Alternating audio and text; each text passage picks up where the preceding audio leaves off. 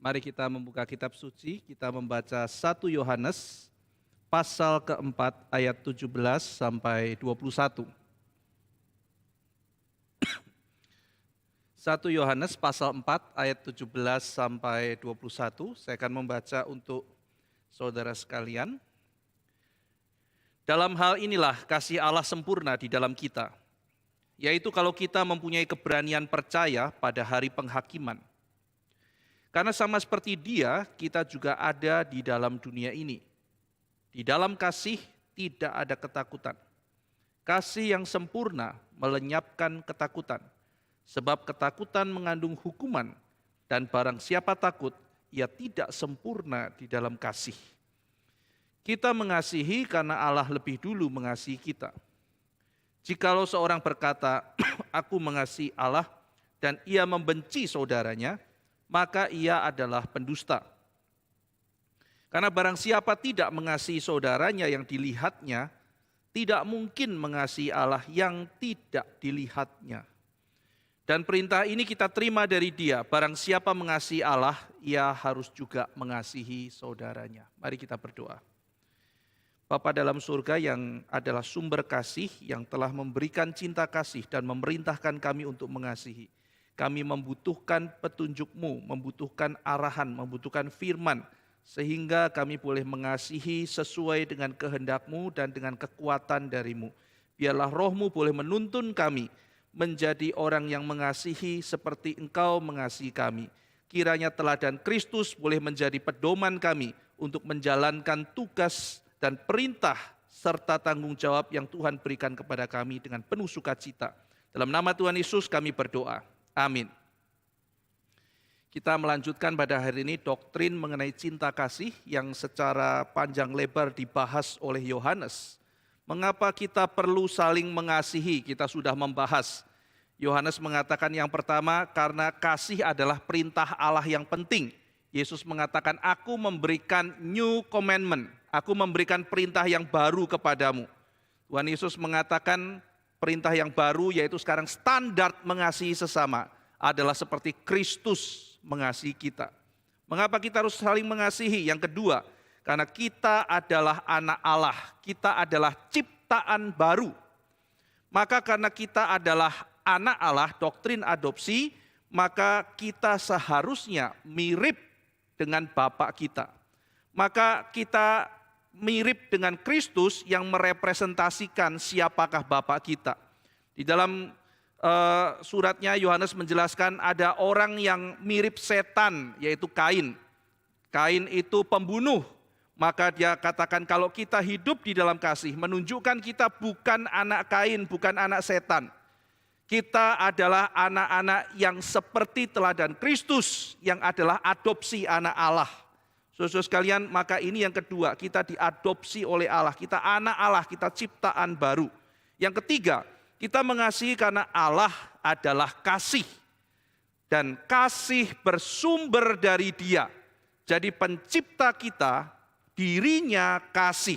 Itu sebabnya maka kita sebagai ciptaannya, dicipta untuk saling mengasihi.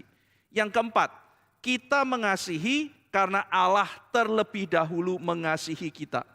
Bagaimana caranya? Yohanes menjelaskan, ketika Kristus diutus ke dalam dunia, inilah kasih itu. Kristus turun ke dalam dunia, Kristus memberikan nyawanya bagi kita. Maka kita mengasihi karena kita sudah terlebih dulu mendapatkan cinta kasih dari Tuhan. Sehingga dengan demikian, maka waktu kita mengasihi menunjukkan bahwa kita sudah terlebih dahulu dikasihi oleh Allah. Saudara-saudara sekalian, kita sudah membahas 2 poin penting dalam beberapa kali mengenai pertumbuhan rohani. Yang pertama, orang yang mau bertumbuh rohani harus menyadari kesadaran akan siapa saya di hadapan Tuhan. Kesadaran akan dosa, kesadaran bahwa saya bersalah di hadapan Tuhan. Tetapi yang kedua, sekaligus betapa besarnya Allah itu mengasihi saya. Maka 2 poin ini sangat penting. Menyadari saya berdosa di depan Allah, dan menyadari bahwa Allah demikian besar mengasihi saya. Maka hilangnya kesadaran akan 2 hal ini mengakibatkan kita tidak bertumbuh, kita mandek saudara sekalian. Dan minggu lalu Pak Billy juga menekankan hal yang sama di dalam sebuah perspektif yang lain. Pak Billy bicara mengenai kesadaran akan anugerah melalui sebuah pemahaman subjektif atau eksistensial mengenai dosa. Semua orang berdosa, semua orang menyadari bahwa dirinya berdosa. Dan semua orang menyadari bahwa Kristus mengampuni dia. Tapi seberapa besar kita merasa berdosa? Ini pemahaman subjektif. Seberapa besar kita memahami kita sudah diampuni oleh Tuhan. Nah, ini sangat penting dalam pertumbuhan rohani. Kesadaran akan anugerah akan membuat kita rendah hati dan sekaligus membuat kita murah hati. Murah hati karena kita bisa memberikan pengampunan kepada orang lain.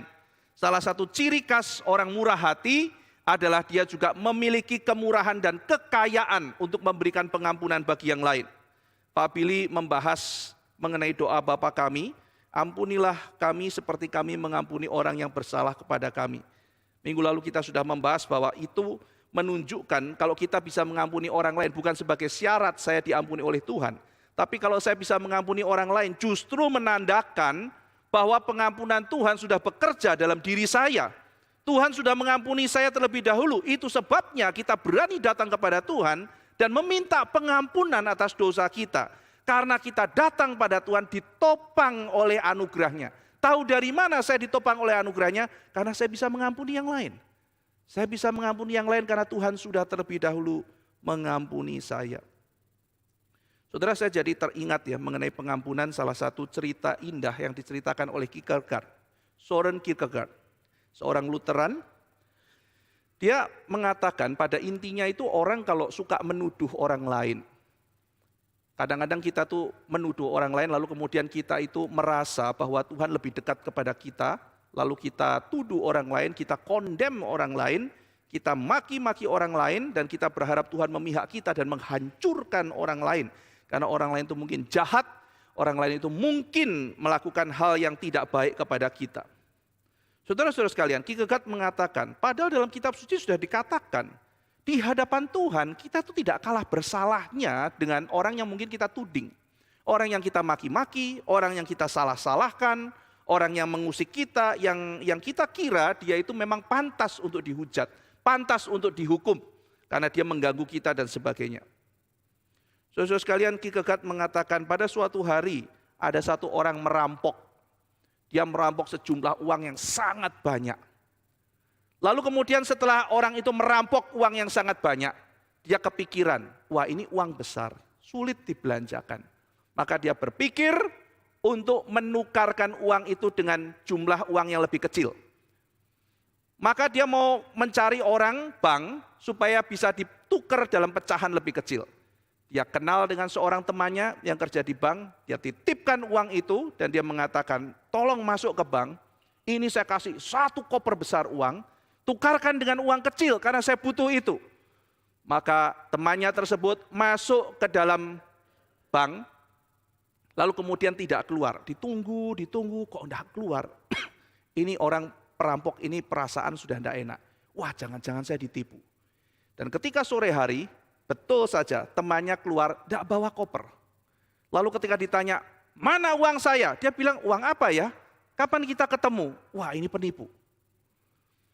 Ini penipu, ini perampok, ini orang jahat. Maka saking marahnya perampok itu dia panggil polisi, cepat tangkap orang bank itu. Lalu ditangkap, diinterogasi, betul ternyata memang dia penipu. Wah, si perampok itu senang. Rasakan kamu. Pak polisi, betul dia penipu, betul. Ada ininya, ada buktinya, ini uang betul-betul dimasukkan ke bank atas nama dia. Betul berarti dia ambil uang kamu. Rasakan kamu. Diapakan ini Pak polisi? Di penjara aja ini. Penipu kok, ini ngerampok kok, ini penipu uang kamu kan? Oh iya. Terus kemudian polisinya ngomong, tapi saya mau mengembangkan penyidikan ya, uangnya belum bisa diambil loh. Loh kenapa Pak polisi? Kan ini uangnya kamu kan? Betul ini uang kamu. Iya Pak, ini uang saya. Ini uang kamu dapat dari mana? Setelah dan akhirnya diketemukan orang itu mendapatkan uang dari perampok dan dua-duanya masuk penjara. Ketika kita menuding orang lain, kita mengatakan orang ini jahat dan sebagainya. Saudara jangan lupa, kita juga utang di hadapan Tuhan. Kita juga berhutang di hadapan Tuhan. Kita tidak kalah bersalahnya di hadapan Tuhan. Saudara sekalian, itu yang keempat. Mengapa kita hidup saling mengasihi. Yang kelima, kita mengasihi karena kita mengetahui kita sudah menerima Roh Kudus. Salah satu buah roh adalah kasih. Maka orang yang bertumbuh dalam kasih menunjukkan bahwa roh Tuhan bertahta dalam hatinya. Orang yang bertumbuh dalam sukacita, orang yang bertumbuh dalam damai sejahtera, orang yang bertumbuh dalam kebaikan, dalam kemurahan, dalam pengendalian diri, menunjukkan bahwa Roh Kudus bekerja di dalam hatinya. Demikian orang yang hidup saling mengasihi, kita mengetahui bahwa orang itu dipenuhi oleh buah roh. Tetapi kalau orang hidup dikuasai kekhawatiran, kebencian, ketakutan, lalu kemudian dikuasai oleh berbagai pikiran-pikiran yang jahat, lalu kemudian dikuasai oleh dendam, dikuasai oleh pikiran-pikiran yang sangat menakutkan, keinginan mencelakai orang lain, lalu kemudian merasa ada banyak orang di luar sana jahat dan sebagainya. Maka kita melihat orang itu dikuasai oleh ketakutan. Dia perlu kembali kepada Tuhan, beriman kepada Tuhan, dan membiarkan, meminta roh Tuhan bekerja dalam hatinya.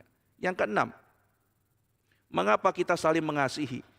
Karena itu menandakan perfect love, kasih yang sempurna. Tadi dikatakan, kasih yang sempurna. Kita sudah membahas 2 minggu yang lalu. Kasih Tuhan disempurnakan dalam hal apa? Kasih Tuhan dinyatakan melalui Kristus yang mati buat kita. Menebus kita, mengangkat kita menjadi anak Allah. Lalu setelah itu, kasih Tuhan terus bekerja. Kasih Tuhan tidak cukup untuk kemudian membuat kita menjadi selamat, lalu membawa kita sebagai anak Allah. Tetapi kasih Allah disempurnakan, Yohanes mengatakan, ketika anak-anak Tuhan hidup saling mengasihi. Saudara mau menghargai kasih Allah. Saudara mau menyatakan kasih Allah itu sempurna. Bagaimana caranya? Caranya adalah kalau kita mau hidup saling mengasihi. Itulah orang yang sangat menghargai kasih Allah. Itulah orang yang sangat berterima kasih kepada Allah. Dan melihat kitab suci, Tuhan, kasih itu akan sempurna. Kalau saya orang yang sudah menerima kasih itu, hidup saling mengasihi. Maka hidup saling mengasihi menunjukkan bahwa kasih Allah itu disempurnakan, digenapkan dalam hidup kita. Nah, kalau kasih Allah disempurnakan, itu artinya kita sudah menjadi milik Allah, maka kita tidak usah takut lagi akan penghukuman, saudara. Tidak usah takut akan penghakiman. Akan kiamat, Kristus datang kedua kali, kita nggak takut, kita menanti. Kita menanti, saudara. Kenapa? Karena kita tidak takut lagi akan penghakiman. Saudara dan saya kalau berdosa, kita mungkin dihajar Tuhan. Tapi kita tidak dihakimi karena kita sudah menerima Kristus. Kita sudah diselamatkan. Kita tidak dihakimi, dihajar mungkin. Beda ya saudara ya. Kita tidak kehilangan keselamatan kita. Barang siapa yang percaya, dia menerima hidup yang kekal. Dia sudah keluar dari kegelapan dan menuju kepada hidup, kata Tuhan Yesus. Kita memperoleh hidup yang kekal.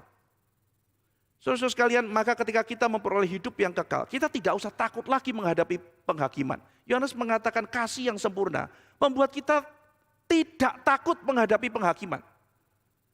Jadi kalau orang lain takut, kiamat Tuhan Yesus datang, kita asik Tuhan Yesus datang gitu saudara. Bacalah seluruh kitab suci. Orang-orang kudus itu menantikan kapan kedatangan Kristus kedua. Dulu saya waktu SD itu ya, teman-teman itu kalau doa, jangan kiamat dulu. Kenapa gitu? Aku belum nikah. Gitu.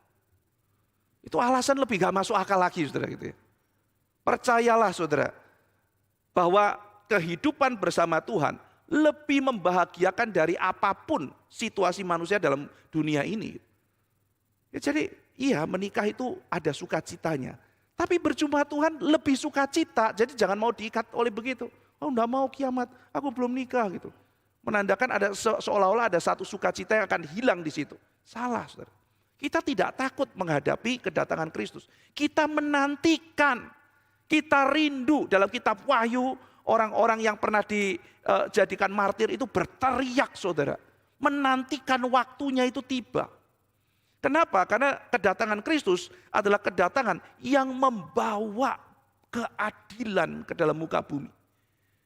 Dunia ini tidak ada keadilan lagi, saudara. Tetapi Kristus berjanji akan memulihkan keadilan itu.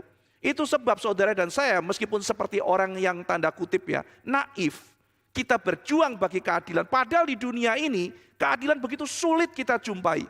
Tapi kenapa kita berani optimis memperjuangkan keadilan di tengah-tengah tempat yang kita tahu sulit sekali ada keadilan? Karena Kristus berjanji, Dia akan memulihkan keadilan. Itu janji Tuhan. Saudara sekalian, maka kita tidak perlu takut akan penghakiman. Karena Allah tidak akan memurkai kita. Dan dari mana saya tahu saya sudah diselamatkan? Ketika saya melihat, saya hidup saling mengasihi. Nah saudara-saudara sekalian, kemudian kita masuk di ayat 20 sampai 21. Di situ dikatakan bahwa ada orang yang mengatakan dirinya mengasihi Allah. Tetapi mereka itu tidak mengasihi sesamanya. Maka Yohanes mengatakan orang ini yang mengklaim dirinya, merasa dirinya sedang mengasihi Allah. Tetapi dia tidak mengasihi sesamanya, itu bukan lover. Itu adalah pendusta. Itu orang yang berdusta.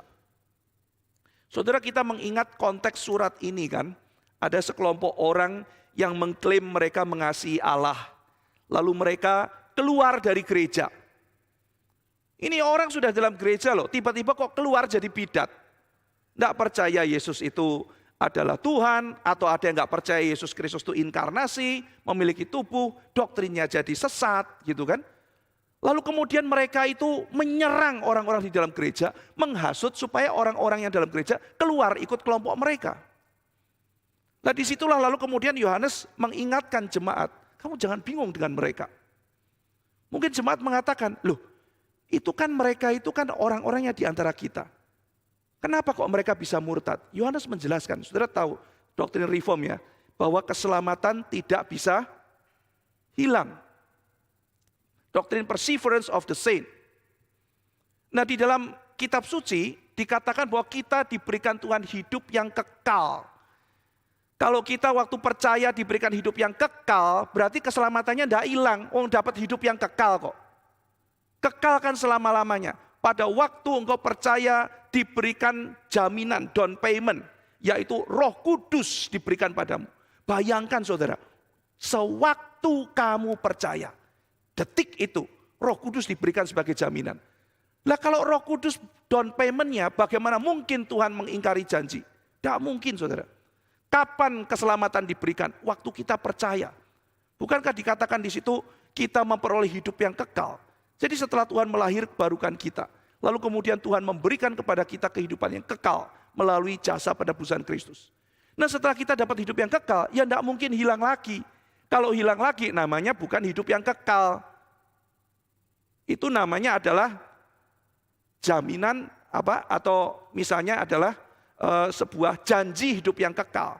Lah kalau keselamatan bisa hilang, saudara dulu waktu kecil mungkin pernah diajari sama guru sekolah minggu. Apa bedanya kita sama banyak orang-orang yang beragama lain? Kepastian. Di dalam iman Kristen tidak ada moga-moga. Di dalam iman Kristen kita pasti diselamatkan kalau kita percaya pada Yesus. Itu kan saudara diajarkan itu kan.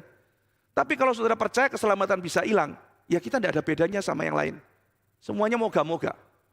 Keselamatan tidak bisa hilang kecuali aku di tengah jalan jadi tiba-tiba berdosa. Jadi kita tegang ya saudara. Waduh celaka, kalau aku mati pas aku berdosa, seluruh aku berbuat baik percuma dong. Nah, ini kan keselamatan karena jasa. Jadi nunggu pada waktu mati harus baik. Ya kan? Jadi sudah hidup kudus pada waktu mati saudara-saudara sekalian. Ya lagi sebel, lagi dendam sama orang, beb mati, Tuhan hukum. Karena kamu waktu mati nggak benar masuk neraka. Celaka orang kalau percaya doktrin begitu. Itu keselamatan karena jasa, bukan keselamatan karena anugerah. Loh, lalu bagaimana Yohanes? Kata mungkin orang-orang menanyakan. Ini kan orang sudah di gereja. Kok sekarang keluar gereja? Tadinya kan sekelompok sama kita, dengar khotbah sama-sama. Mungkin nyebut Yesus Tuhan dan sebagainya. Kenapa sekarang murtad? Saudara masih ingat ketika saya membahas hal itu? Yohanes mengatakan, mereka itu dari semula, bukan kelompok kita. Mereka bukan bagian dari kita. Sejak kapan? Sejak semula. Mungkin mereka bukan murtad, saudara. Mereka itu memang dari semula. Belum percaya sungguh-sungguh. Belum milik Tuhan. Belum mendapat keselamatan. Lah kalau mereka mendapat keselamatan sungguh-sungguh, mereka mungkin kelihatan sementara itu pergi tempat lain. Kita belum lihat endingnya. Kalau dia betul-betul diselamatkan, Tuhan akan panggil dia kembali. Nah jadi saudara-saudara sekalian, di sini kita melihat bahwa Yohanes mempermasalahkan ada sekelompok orang yang mengklaim, saya mencintai Tuhan, saya itu dekat dengan Tuhan, punya persekutuan sama Tuhan. Tapi hidupnya itu penuh kebencian terhadap jemaat. Berusaha dipengaruhi, berusaha ditarik, berusaha dihancurkan gereja Tuhan. Yohanes mengatakan, itu pendusta itu. Mereka bilang mereka cinta Tuhan, tapi demikian benci kepada kita. Demikian benci pada kita. Penuh dengan kebencian, tapi merasa dirinya dekat dengan Tuhan. Pendusta, kata Yohanes. Kalimat yang keras sekali. Saudara-saudara sekalian, manusia bisa kita lihat, Tuhan tidak terlihat. Maka Yohanes menjelaskan, kalau mereka tidak bisa mengasihi mereka yang terlihat, yaitu yang di depannya, yang kelihatan yang di depan. Bagaimana mereka bisa mengklaim mengasihi Tuhan yang tidak terlihat? Maka ekspresi dari mengasihi Tuhan yang tidak terlihat, kalau kita mau kembangkan dari kalimat dalam surat Yohanes ini, ekspresi dari mengasihi Tuhan yang tak terlihat adalah dengan mengasihi sesama yang terlihat. Jadi bukti bahwa kita mengasihi Tuhan, ekspresi yang dikehendaki Tuhan kalau kita mengasihi Tuhan adalah kalau kita mengasihi sesama kita. Maka saudara-saudara sekalian, mengasihi Tuhan itu kenapa kalau dalam surat Paulus, saudara, dalam kitab Kolose, kenapa mengenal Kristus itu bukan dengan cara misalnya dengan ekstasi, saya terangkat ke surga, lalu kemudian ngopi sama Yesus, atau melakukan serangkaian hal-hal yang aneh, bertapa, lalu menjadi spesial, tidak ketemu orang. Enggak, saudara. Justru mau mengenal Kristus itu kumpul sama komunitas, kumpul sama orang gereja. Kenapa begitu? Karena memang Kristus dikenal di tengah-tengah orang. Karena untuk mengenal Kristus, mengenal kasih-Nya, bertumbuh dalam cinta pada Allah, tidak bisa lepas dari mencintai sesama manusia. Lah kalau kita tinggal menyendiri, tidak pernah mau ketemu orang, bagaimana kita bisa mencintai orang lain? Jadi kalau saudara betul-betul mau mengasihi Allah, saudara harus berkomunitas. Cari orang, menginjili, ada di tengah-tengah orang, atau misalnya berbagi, atau melakukan apa, Anda harus ketemu orang.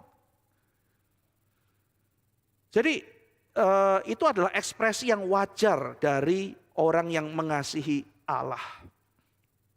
Kita tidak bisa mengasihi Allah jika hati kita penuh kebencian. Jadi kita lihat saudara, kalau orang dikuasai kebencian begitu besar, hubungannya sama Tuhan sebetulnya sedang problem. Iya kan? Kalau orang bilang, saya mencintai Tuhan, tapi saya benci sesama saya, itu bohong, pendusta. Berarti dia sedang problem relasinya dengan Allah. Tidak sedang baik-baik saja. Loh, saya baca Alkitab tiap hari, saya berdoa 3 jam sehari, tapi dia penuh dengan kebencian. Dia tidak sedang baik-baik saja relasinya. Almarhum David Powlison, seorang biblical counselor, ya terima kasih, mengatakan, kalau engkau tidak memperlakukan pasanganmu dengan baik, konteksnya pernikahan ya, kalau engkau tidak memperlakukan pasanganmu dengan baik, engkau tidak bisa mengatakan dirimu mengasihi Allah. Dia mengambil aplikasi dari bagian itu. Bagaimana mungkin kau memperlakukan pasanganmu dengan tidak baik dan kau mengatakan kau mengasihi Allah? Demikian kata Powlison. Karena mengasihi yang di depan mata itu penting. Maka kemudian dia membuat seri ya mengenai bagaimana membangun keintiman. Dan kalimatnya adalah, waktu kita membangun keintiman dengan pasangan kita itu menunjukkan bagaimana kita membangun keintiman dengan Tuhan. Saya perluas ini saudara, saya percaya bukan hanya untuk masalah pasangan saja ya, dengan anak, dengan teman, dengan pacar mungkin, dengan saudara, membangun relasi, membangun keakraban. Ya banyak saudara, kita relasi itu luas sekali.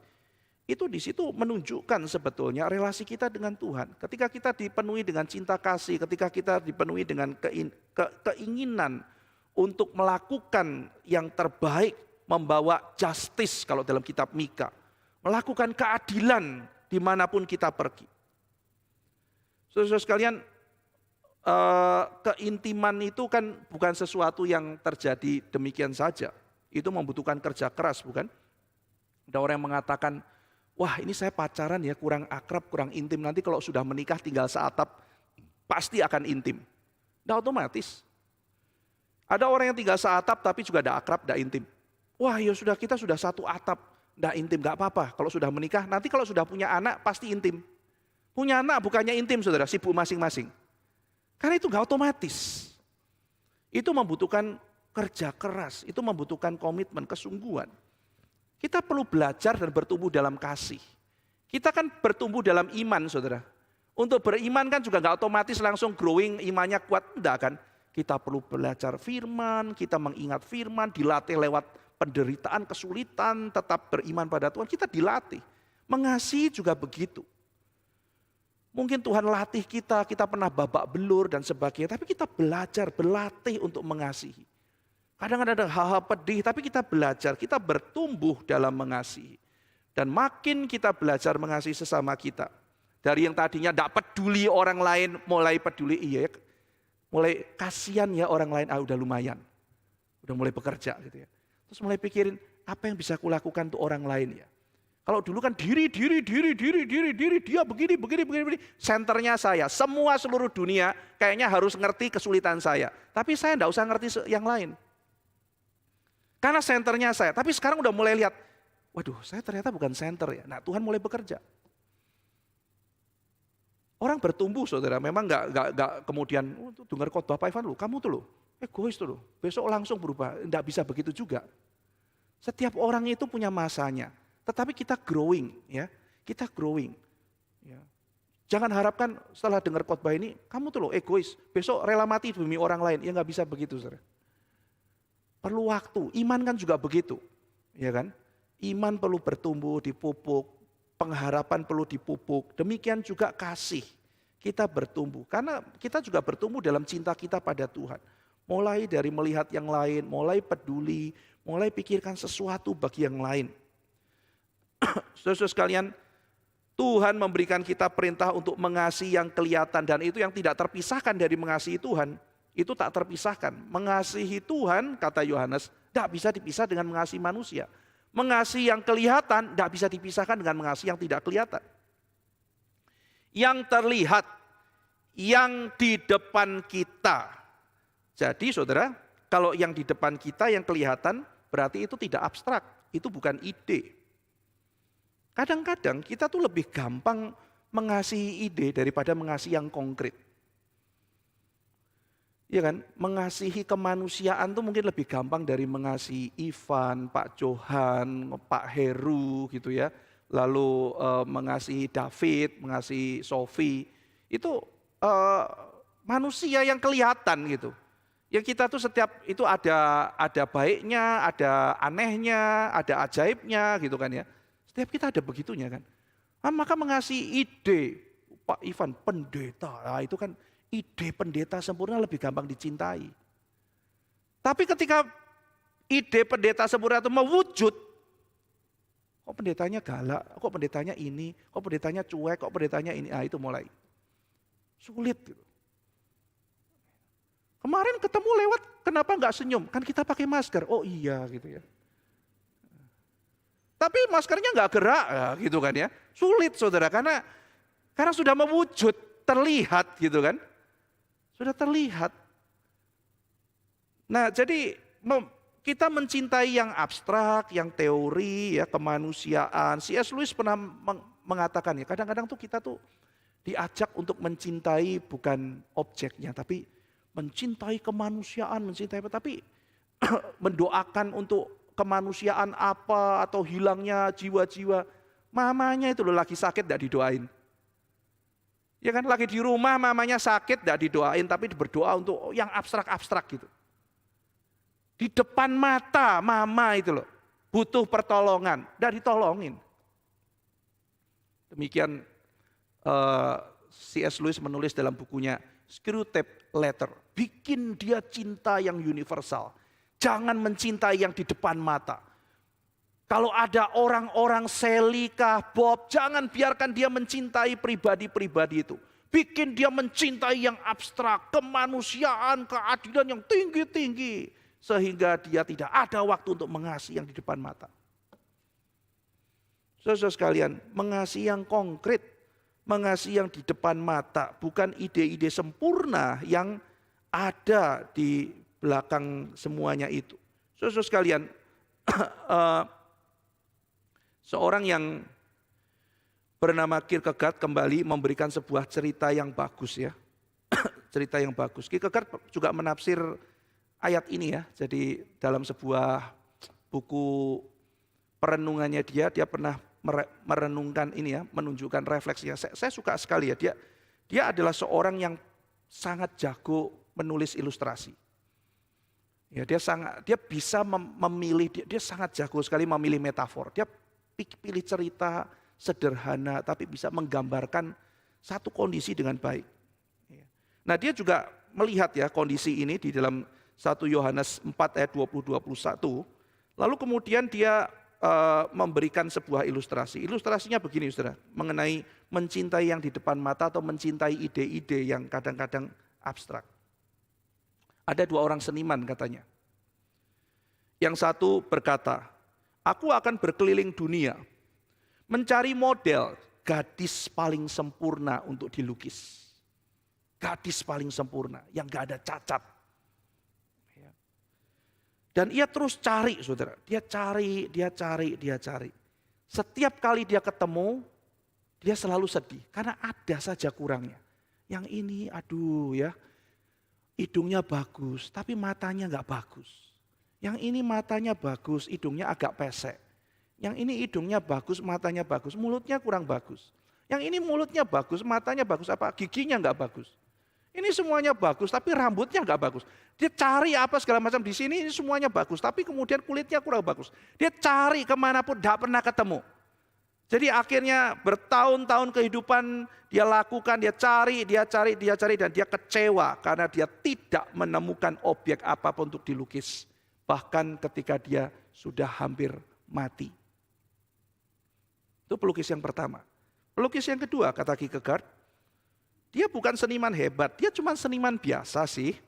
Dia juga mengatakan, aku tidak mau pilih-pilih model.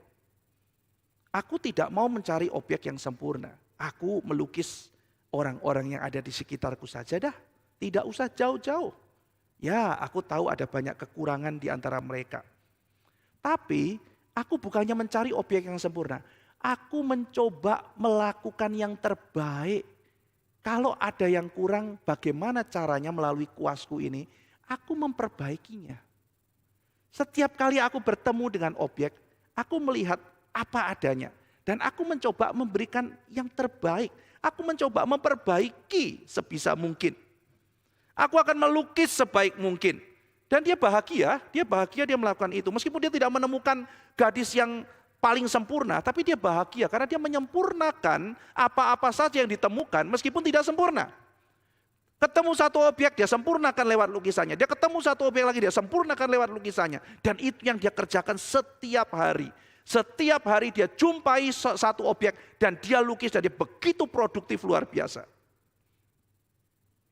Dan di akhir hidupnya dia mengatakan, tugas saya bukan menemukan objek yang sempurna untuk dicintai.